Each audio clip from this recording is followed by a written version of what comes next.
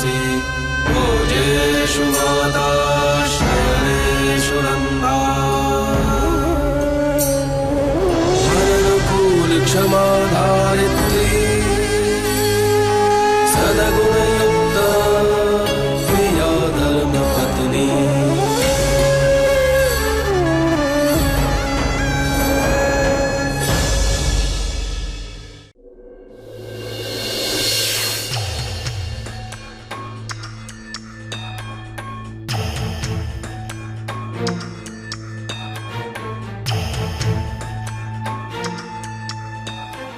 मूंगी, 1 minute के लिए तो मुझे ऐसा लगा कि तुमने सच में शादी के लिए हाँ कह दी, लेकिन फिर मैं समझ गया तुम ना भी नहीं कह सकती थी। अच्छा हुआ कि तुमने शादी के लिए हाँ कह दिया। बस अब मुझे 6-7 महीने की मोहलत दे दो, मैं बिरवा से तलाक लेकर हमेशा हमेशा के लिए तुम्हारा हो जाऊंगा। I love you मूंगी।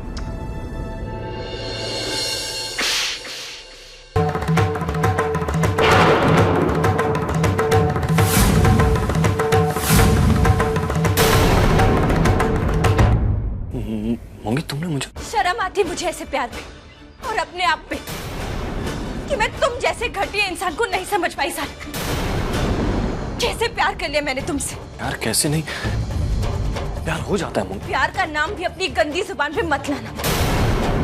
तुम सिर्फ पैसों से प्यार करते हो सारंग, सिर्फ पैसों से। हाँ सारंग, तुम्हारी असलियत मेरे सामने आ चुकी है। तुमने बिरवा मैम के साथ यही प्यार का नाटक किया, मेरे साथ भी, और फिर पैसों के लिए ये झूठी शादी। और बिरवा मैम ने हंसते हंसते मेरे लिए सब कुछ लुटा दिया। और तुम्हारी वजह से मैंने उन्हें गलत समझा, उनसे नफरत की, उनका अपमान किया। अगर संतू बहना मुझे सच्चाई नहीं बताती तो मुझे कभी पता नहीं चलता कि बिरवा मैम ने मुझे बर्बाद नहीं किया, बल्कि मुझे बर्बाद होने से बचाया है। तुम भी संतों की बातों में आ गए। वो तुम्हें भड़का रही है।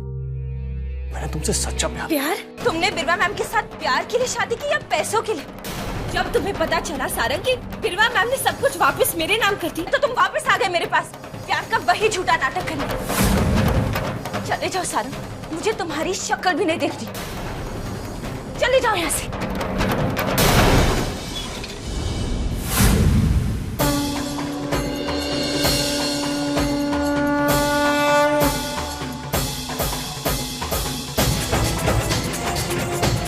सोच रहे हो ना तुम कि मैंने तुम्हारे पैसों पर पानी फेर दिया? हाँ, मैंने मूंगी को सारा सच बताया। अगर आप तुम्हारी आंखों में इतनी सी भी शर्म हो ना, तो चले जाओ यहाँ से।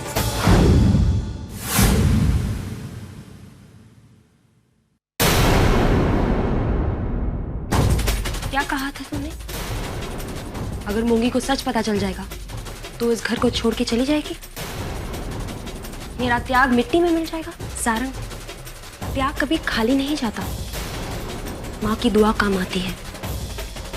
आज मैं तुम्हारे सामने हूँ, मूंगी भी और तुम्हारा सच भी। देख लो कौन मिट्टी में मिला है। Now get lost. Just get the work done.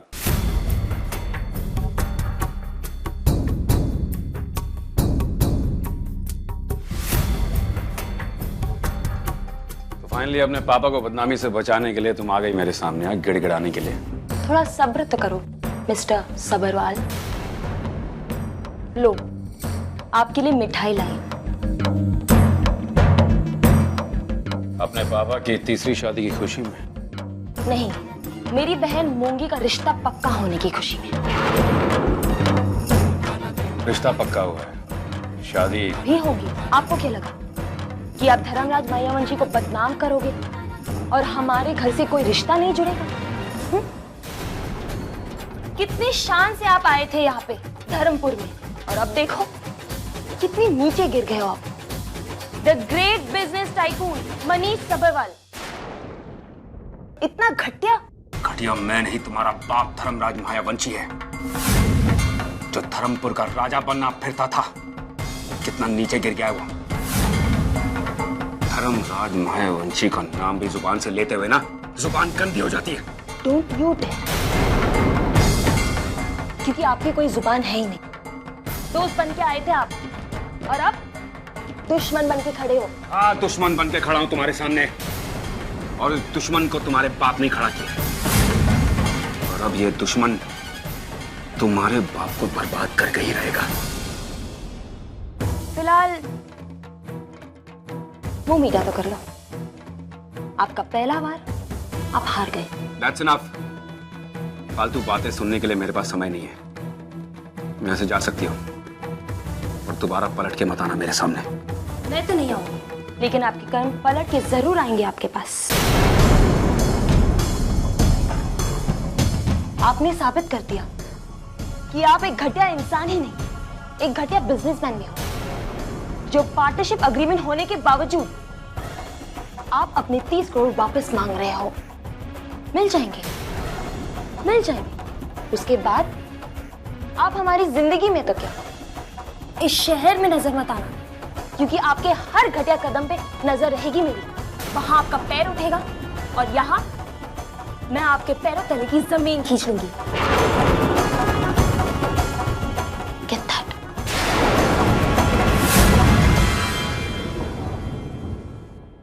अब मैं अपना पैर ही नहीं, धर्मराज मायावंशी के नाम और निशान दोनों को ही धर्मपुर से उठा दूंगा।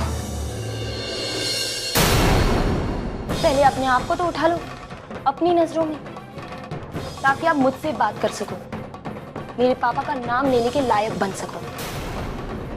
You better understand that.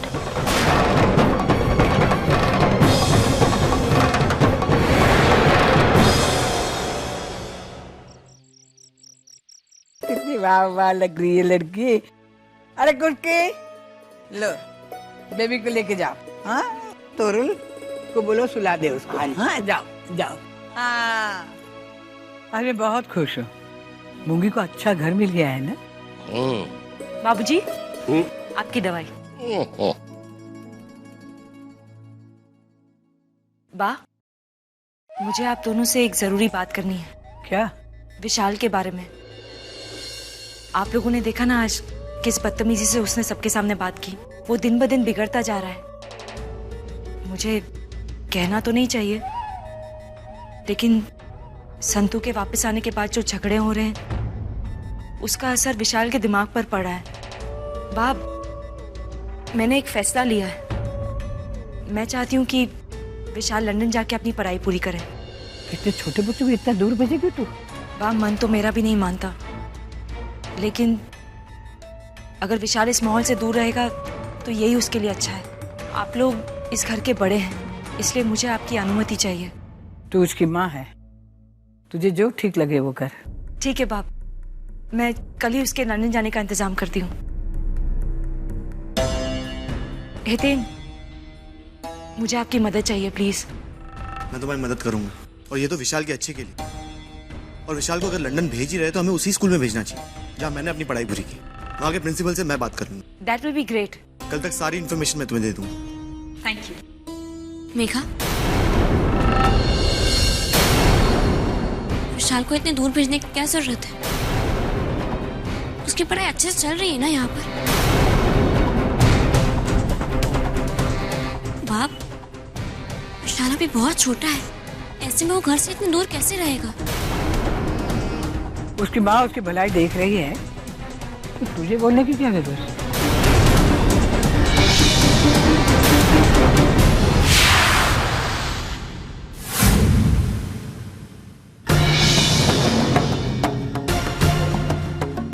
Megha जानबूझकर विशाल को इस घर से दूर भेज रही है, और मैं ऐसा होने नहीं दूंगी। मुझे उसे रोकना ही होगा, चाहे उसके लिए मुझे विशाल का सच सबके सामने ही क्यों न लाना पड़े।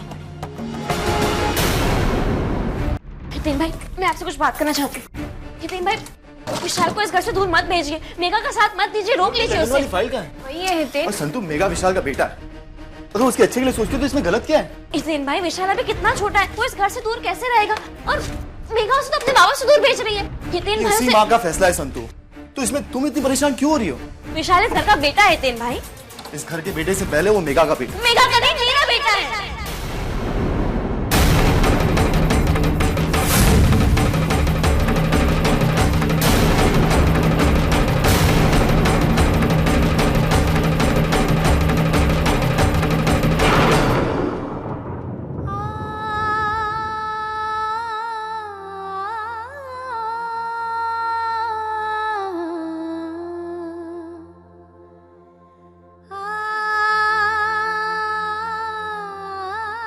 हाँ बेटा। हाँ, विशाल मेरा और मालिक का बेटा है। संतु ये सब, संतु अगर पता था तुम्हें कि विशाल तुम्हारा बेटा तो तुमने घर में किसी को बताया क्यों नहीं? कैसे बताती मैं? मुझे खुद ही अभी कुछ दिन पहले पता चला।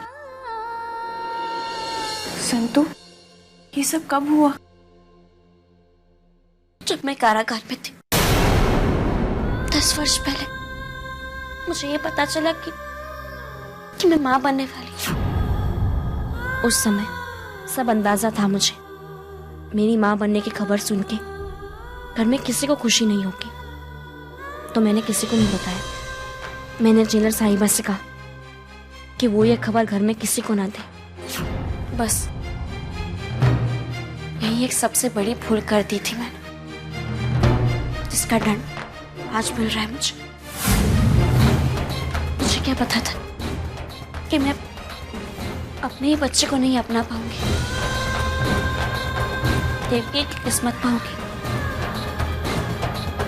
अपने कृष्ण को कारागार में जन्म दूंगी, अपने बच्चे की मां नहीं बन पाऊंगी।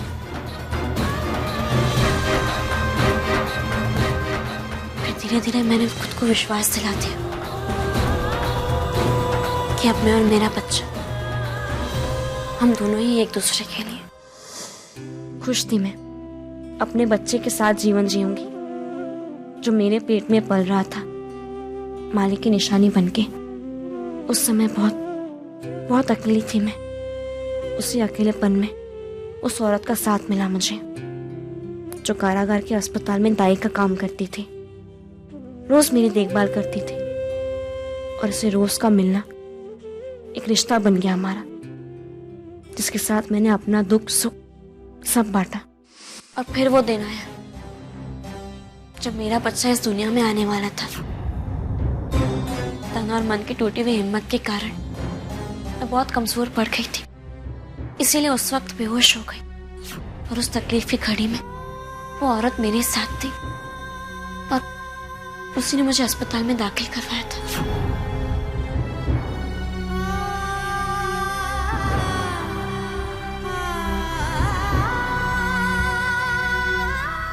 ऑपरेशन के बाद जब मुझे होश आया, जब मैंने अपने बच्चे के बारे में पूछा, तो मुझे बताया गया कि मेरा बच्चा मरा हुआ पैदा हुआ था। तो फिर संतु, जब तुम जेल से छूटकर वापस आई घर और पापा ने तुम्हें अपना लिया था, तब ये बात क्यों नहीं बताई पापा को?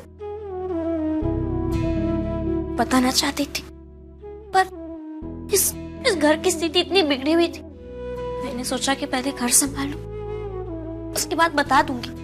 संतु, एक बात मेरे समझ में नहीं आ रही। जब तुम्हें तुम्हारे मरे हुए बच्चे की खबर मिली, तुम्हें ये कब पता चला कि विशाल तुम्हारा बेटा है? संतु, इस सब में मेघा का क्या संबंध है? 10 साल पहले तुम कारागार में थी, मेघा परदेश में थी, तो विशाल का मेघा के पास पहुंचना, ये सब कैसे और क्यों? इस क्यों का उत्तर तो मेरे पास नहीं है, पर कैसे पहुंचा ये मुझे कुछ दिनों पहले ही पता चला। जब मैं डूंगरपुर में थी, नाना जी को दिल का दौरा पड़ा, तो मैं उन्हें अस्पताल लेके गई, और वो औरत भी उसी अस्पताल में थी जो कारागार के अस्पताल में दाई थी। अपने जीवन की अंतिम सांसें ले रही थी वो। मुझे देखा तो बहुत कोशिश की मुझे कुछ बताने की, और बताने से पहले ही वो चल बसी। पर पता नहीं मेरा कौन से पुण्य आड़े आ गया, नर्स ने मुझे उनकी लिखी हुई चिट्ठी पोस्ट करने को दी, और पोस्ट करने से पहले आई तेज हवा से उस चिट्ठी पे लिखा मेरा नाम पता मेरी आंखों के सामने आ गया। उस चिट्ठी में लिखा था कि मेरा बच्चा मरा हुआ पैदा नहीं हुआ था, बल्कि खुद उस दाई ने मेरे बच्चे को मेघा को सौंपा था। नहीं जानती थी कि मेघा को ये बात कैसे पता चली कि मैं मां बनने वाली हूँ, पर उसी ने उस दाई से कहा कि वो मेरा बच्चा उसे दे दे, और मुझे ये खबर दे दे कि मेरा बच्चा मर गया। मेघा के कहने पर मेरा बहुत ध्यान रखती थी। मैं उस औरत की बात कभी नहीं मानती, पर कहते हैं कि मरने वाला इंसान कभी झूठ नहीं कहता। इसीलिए मेघा ने दावे से चुनौती दी मालिक को कि वो डीएनए जांच करे। विशाल मालिक का बेटा है, पर मेघा और मालिक का नहीं, मेरा और मालिक का बेटा है। इसलिए विशाल का डीएनए मालिक से मिलता है। लेकिन मैं सबसे बड़ी बात, मेघा इस घर में कोई खेल खेलने आई है।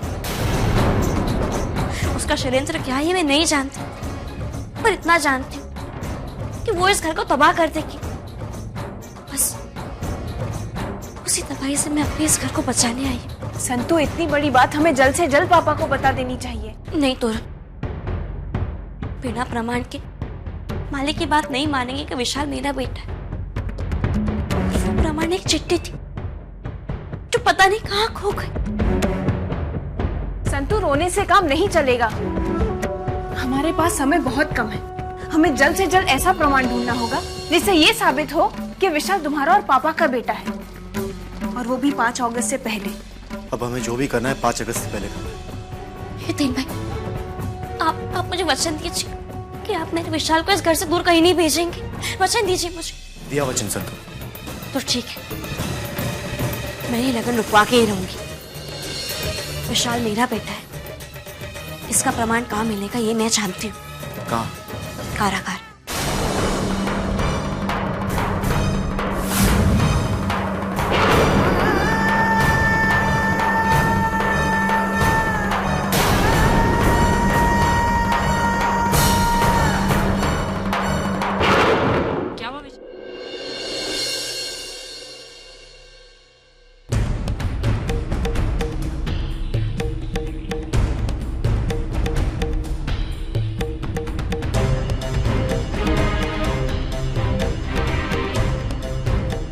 विशाल, मम्मा, आप मेरी असली मम्मा नहीं हो ना? ये तुमसे किसने कहा? मैंने अपने कानों से सुना। संतु आंटी किसी को बता रही थी कि मैं उनका बेटा हूँ, आपका नहीं। ओह गॉड, इसका मतलब कि संतु के साथ साथ और भी कोई है जो ये सच जानता है कि विशाल मेरा बेटा नहीं है। मुझे जल्दी कुछ करना पड़ेगा, वरना विशाल के साथ साथ मेरे बरसों की मेहनत भी हाथ से निकल जाएगी। संतु आंटी झूठ बोल रही है। वो तुम्हें मुझसे छीनना चाहती है। वो तुम्हारी मम्मा नहीं है, मैं तुम्हारी मम्मा हूं।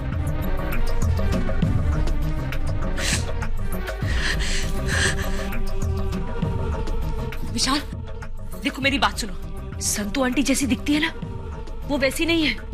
वो बहुत बुरी है। ये मुझसे प्यार नहीं करते, इसलिए वो चाहती है कि हम इस घर से चले जाएं। वो तुम्हें मुझसे छीनना चाहती है। मुझे डर लगता है कहीं वो तुम्हें कोई चोट ना पहुंचाए, इसलिए मैं तुम्हें यहाँ से दूर भेजना चाहती हूँ। प्लीज उसकी बातों में मत आना। वो झूठ बोलती है। वो तुमसे प्यार भी नहीं करती है। वो तुम्हारी मम्मा नहीं है, मैं तुम्हारी मम्मा हूँ, समझे तुम?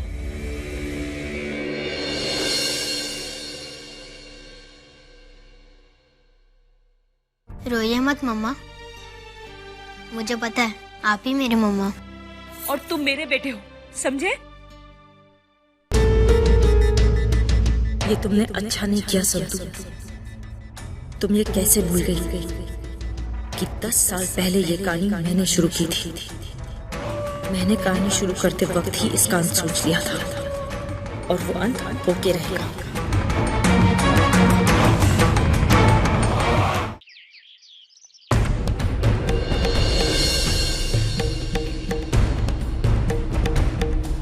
विशाल, तुम आ गए?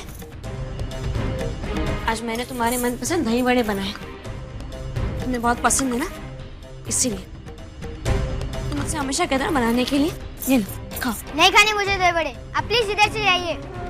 विशाल, आज तुम मुझसे ऐसे की बात कर रहे हो? ऐसे ही करूंगा। ये देखिए, ये क्या है? मेरे स्कूल का लिविंग सर्टिफिकेट। आज आपकी वजह से मुझे अपने मम्मा से दूर जाना पड़ रहा है। आप मेरा बुरा चाहती है ना, इसलिए मम्मा मुझे लंदन भेज रही है। ये पनिशमेंट मुझे सिर्फ आपकी वजह से मिला है। हॉस्टल में अकेले रहना पड़ेगा मुझे। मम्मा ने मुझे बताया कि आप नहीं चाहती मम्मा और पापा की शादी हो। बहुत बुरी हो आप, बहुत गंदी हो। मैं आपसे कभी बात नहीं करूंगा, नहीं आप मुझसे बात करना।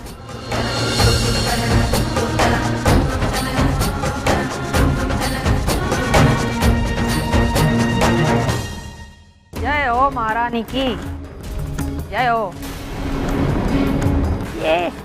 छोटा बच्चा तक तेरी औकात जान गया और तू है कि तेरी औकात पे ही नहीं आती हैं? चल आजा अभी अपने औकात पे आजा, छोड़ दे। छोटा बच्चा है, उसको बख्श दे, समझी? अरे आंखें फाड़ फाड़ के क्या देख रही है? हाँ? अरे बाप रे, हाथ पकड़ के पहले मेरा जैसा मुझे घर से बाहर निकाल दिया था, अब क्या पेट फाड़ेगी मेरा? अरे एक बात कान खोल के सुन ले संतुड़ी, विशाल नानका का बेटा है। उसका दिमाग अगर खराब करने की कोशिश की ना तूने तो मेरा दिमाग खराब हो जाएगा। और जब मेरा दिमाग खराब हो जाता है तब मैं क्या क्या गुल खिलाती हूँ तुझे तो पता ही है। मेगा तो बाद में निपटेगी तुझसे, पहले तुझे मेरा सामना करना होगा। जा रे। देखा तो मेरा बेटा सोचता है कि मैं बहुत बुरी हूं। आज मेरा बेटा मेरी आंखों के सामने और मैं उसका दुख नहीं बांट सकती, बल्कि उसके दुख का कारण बन चुकी हूं मैं।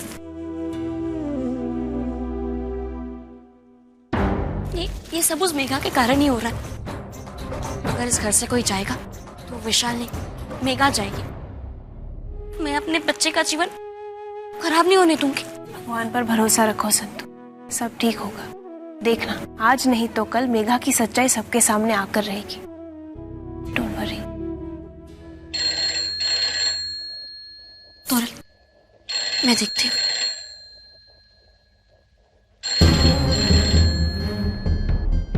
हेलो संतु, हितेन बोल रहा हूँ मैं। हाँ हितेन भाई बोलिए। हमें पुराने रिकॉर्ड चेक करने की अनुमति मिल चुकी है, तो तुम जितना जल्दी हो सके यहाँ आ जाओ। ठीक है हितेन भाई, मैं अभी पहुँचती हूँ। क्या हुआ संतु? हितेन भाई ने मुझे बुलाया, मुझे जल्दी जाना होगा। संतु, जेलर ने मुझे बताया था कि इस जेल में आने वाले हर कैदी की स्वास्थ्य से लेके उसके जीवन की छोटी छोटी जानकारी इस रिकॉर्ड रूम में। और यदि कोई औरत गर्भवती हो तो उसकी भी जानकारी हमें यहाँ मिल सकती है। तुम्हें वो तारीख याद है? 21 फरवरी 2001। वो तारीख में कैसे भूल सकती हूँ हितेन भाई? इसका मतलब तुम्हारे गर्भवती होने का प्रमाण फरवरी 2001 की फाइल में। संतु, अब हमें बस वही फाइल ढूंढनी है।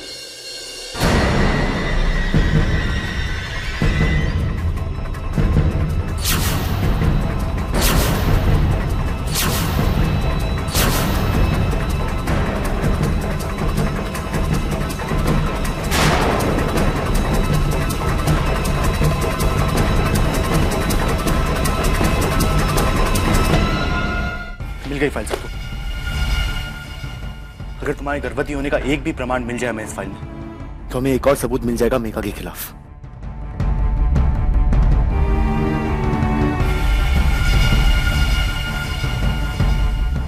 16, 17, 18, 19, 22। 20 के बाद 22 कैसे आ सकता है? 21 का पन्ना कहाँ है? ये देखिए हितेन भाई, ये पन्ना फटा हुआ है। ये काम मेघा का ही है। हाँ हितेन भाई, जो औरत ने सोच समझ के खेल खेल रही है, उसने तो सोचा ही होगा कि हम हमारा प्रमाण ढूंढने के लिए यहाँ जरूर आएंगे, और इसलिए उसने पन्ना फाड़ दिया है।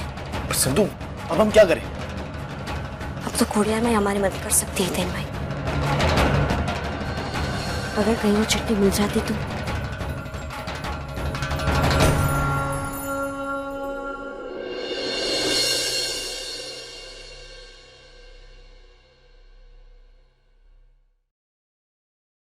चिट्ठी आई है, चिट्ठी आई है।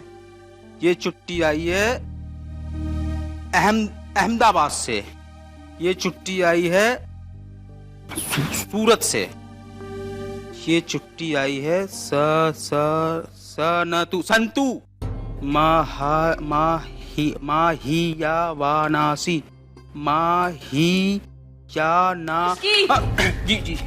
मैंने तुमसे चाय लाने के लिए कहा था, कहाँ है चाय? मैं चाय बना ही रहा था कि अचानक इतनी सारी चुटकी आ गई। अभी जाओ और मेरे लिए चाय लेके आओ। जी, जी, जी, लाओ ये मुझे दो। खुशकी, तुम एक काम ठीक से नहीं करते हो।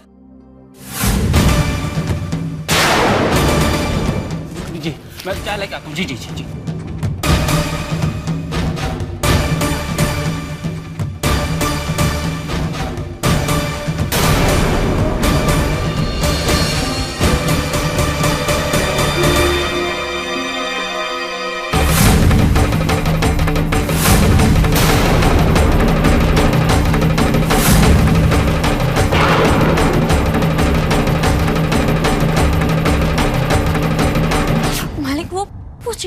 रखी थी? तो ये वो चिट्ठी है जो उस औरत ने संतू को लिखी थी।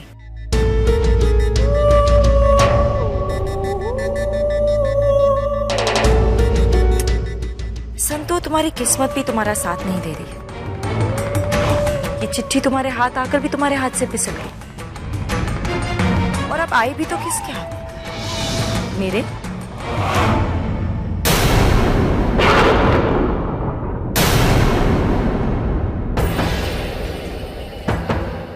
ये चिट्ठी आई मिसेस संतू मायावंशी के नाम पे।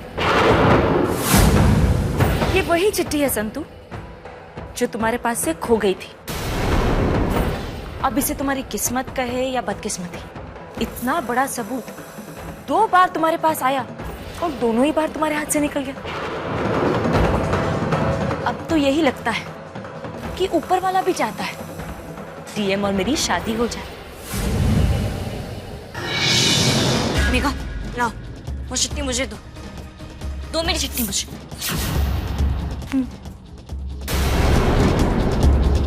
तुमने क्या मुझे पागल समझ रखा है जो ये चिट्ठी मैं तुम्हें दूंगी?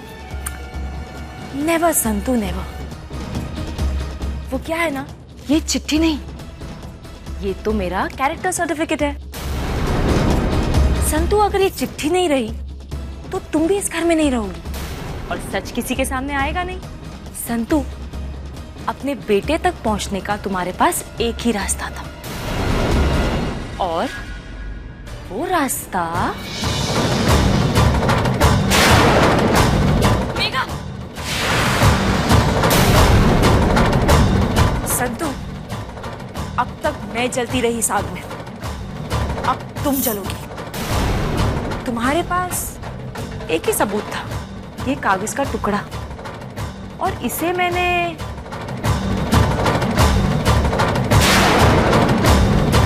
जला दिया।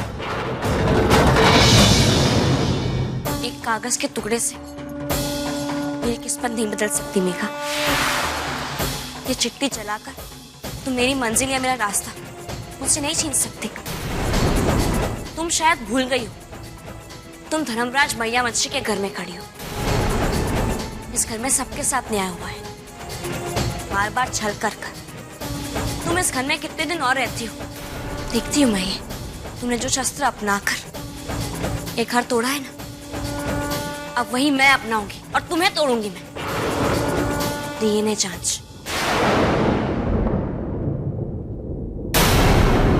तुम डॉक्टर हो ना मेघा, और ये भी भूल गई कि पिता का डीएनए मिलता है तो माँ का डीएनए भी मिलता है अपने बच्चे से।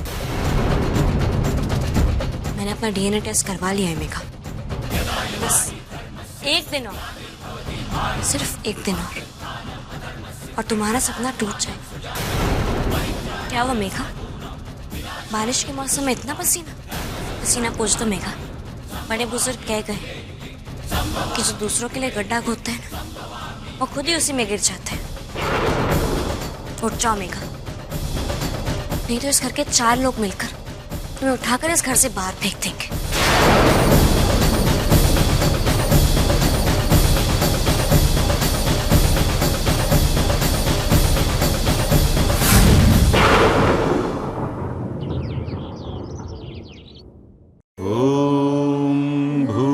भूर्भुवत्सुवः तत्सवितुर्वरेण्यं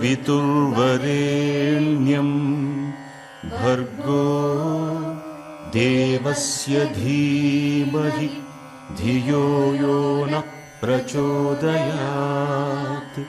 ओम शांति शांति शांति। हे तुलसी माँ, आज मुझे एक नहीं 2 लड़ाई लड़नी है। एक पत्नी के रूप में अपने पति के चरित्र पर लगे दाग को मिटाने के लिए, और एक माँ के रूप में मैं अपने जिस बेटे को मरा हुआ समझती थी वो मेरी आंखों के सामने। अब ये सच पूरे घर के सामने लाना है। शक्ति दो माँ, आशीर्वाद दो।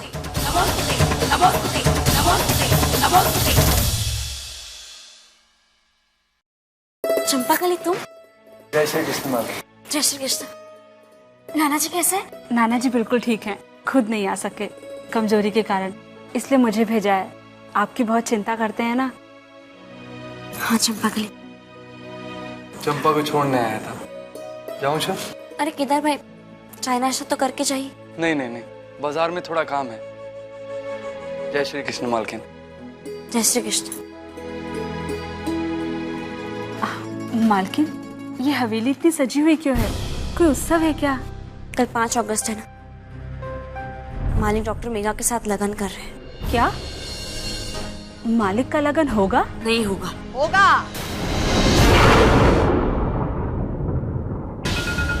वाह वाह वाह, क्या मिलाप हो रहा है। एक वो था राम और भरत का मिलाप, और एक ये है कलयुग का रानी रूपमती और भानामती का मिलाप। कहीं की ईंट कहीं का रोड़ा, रानी नौकरानी ने नाता जोड़ा। अरे इधर कोई नौकरानी की जगह खाली नहीं है, चल निकल इधर से। बेनबा, आपकी तरह ऊंची आवाज से बात करना मुझे आता है। मैं आपसे पहले भी कह चुकी हूँ कि मैं इस घर की मालकिन हूँ। लेकिन कल नहीं रहेगी। पर आएगा तब ना। चंपा जाओ अंदर, मुझे तैयार होकर मालिक के साथ अदालत जाना है। चंपा जाओ। अरे आजा आजा, फोकट का है ना, आजा अंदर जा, खाना खा। हैं? लेकिन एक बात तुम दोनों कान खोल के सुन लो, जैसे ही मेरे नानका के लगन का बाजा बज जाएगा ना, तुम दोनों का मैं बैंड बजा दूंगी। मंजूर है बेनबा। पहले आप जाकर मालिक की लगन की शहनाई तो बजवाइए।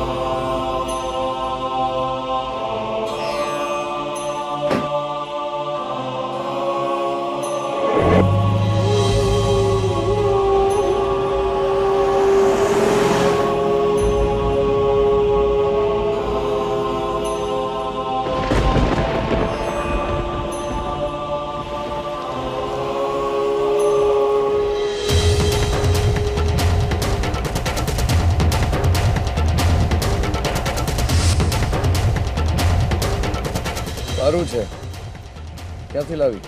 बाजार से। अच्छा है ना?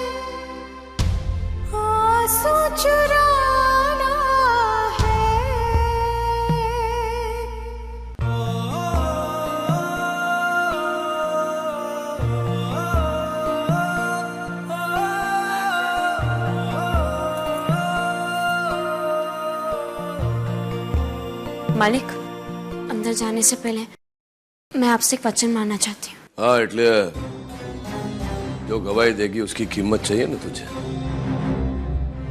बोल शू चाहिए? पहले आप वचन दीजिए कि मैं आपसे जो भी मांगूंगी आप मुझे देंगे। दिया वचन, હવે बोल। आपका हाथ। मालिक, चाहे आप मन से मुझे अपनी पत्नी माने या ना माने, पर इस अदालत में हम यही साबित करने आए कि हमारे संबंध में सब कुछ अच्छा है।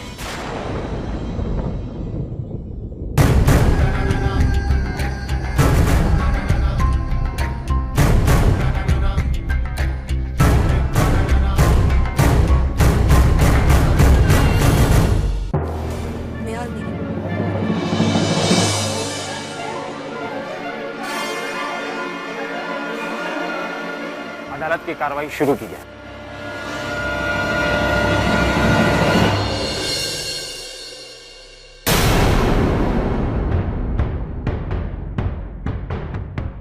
पहली बात कि मैं अपने पति के साथ ही हूं। दूसरी बात कि मेरे पति के चरित्र पर जो भी सवाल उठे वो खोटे हैं। जज साहब, आज लोगों के संदेह ने धर्मराज मैयावंशी के चरित्र पर प्रश्न उठाया है, उन पे जिन्होंने न्याय करते वक्त कभी अपनाया पराया नहीं दिया, केवल आरोपी को दंड दिया है।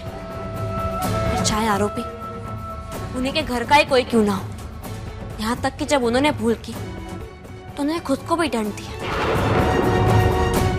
आप ही बताइए, ऐसा इंसान गलत कैसे हो सकता है?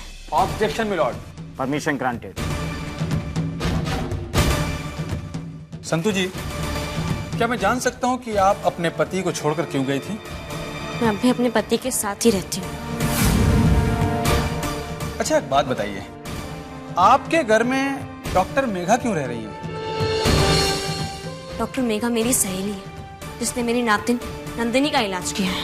आपकी ये बात अदालत क्यों मानेगी? क्योंकि ये मैं धर्मराज मैयावंशी की पत्नी संतो धर्मराज मैयावंशी कह रही है। हमने जिस अग्नि को साक्षी मानकर फेरे लिए थे, उसी की कसम मैं और मेरे पति अब भी साथ हैं। हम दोनों एक दूसरे से बहुत प्रेम करते हैं और हम दोनों के बीच कोई तीसरा नहीं आ सकता। आप और आपका कानून भी नहीं। अब जब धर्मराज मैयावंशी की पत्नी ने खुद यहाँ आके अपने पति के पक्ष में गवाही दे दी है, तब इस केस का कोई अर्थ नहीं रह जाता। लिहाजा ये अदालत धर्मराज मैयावंशी पर लगाए गए सारे आरोप बेबुनियाद करार करते हुए इस केस को यहीं खारिज करती है।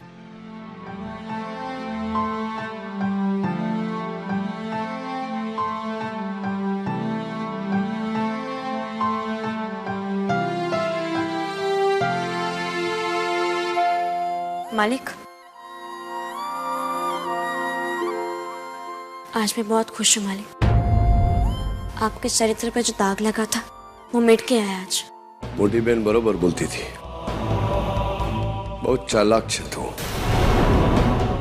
संबंधों को कैसे तोड़ना मरोड़ना, उनका खोटा पहलू सबको बताना, बहुत सारी रीते आवड़े छे तने।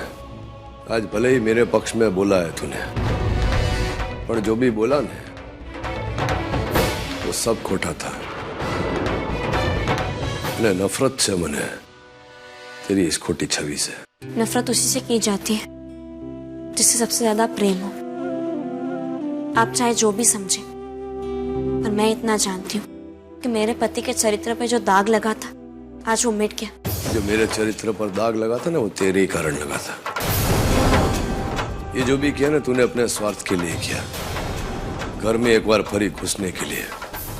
और तू तो एक बात याद रख जे, न से लगन करूंगा और तेरा मेरा कोई संबंध नहीं। ये लगन नहीं होगा। मैं मेघा की सच्चाई सबके सामने ला दूंगी और उसके बाद से आप मुझसे नफरत नहीं, प्रेम करेंगे।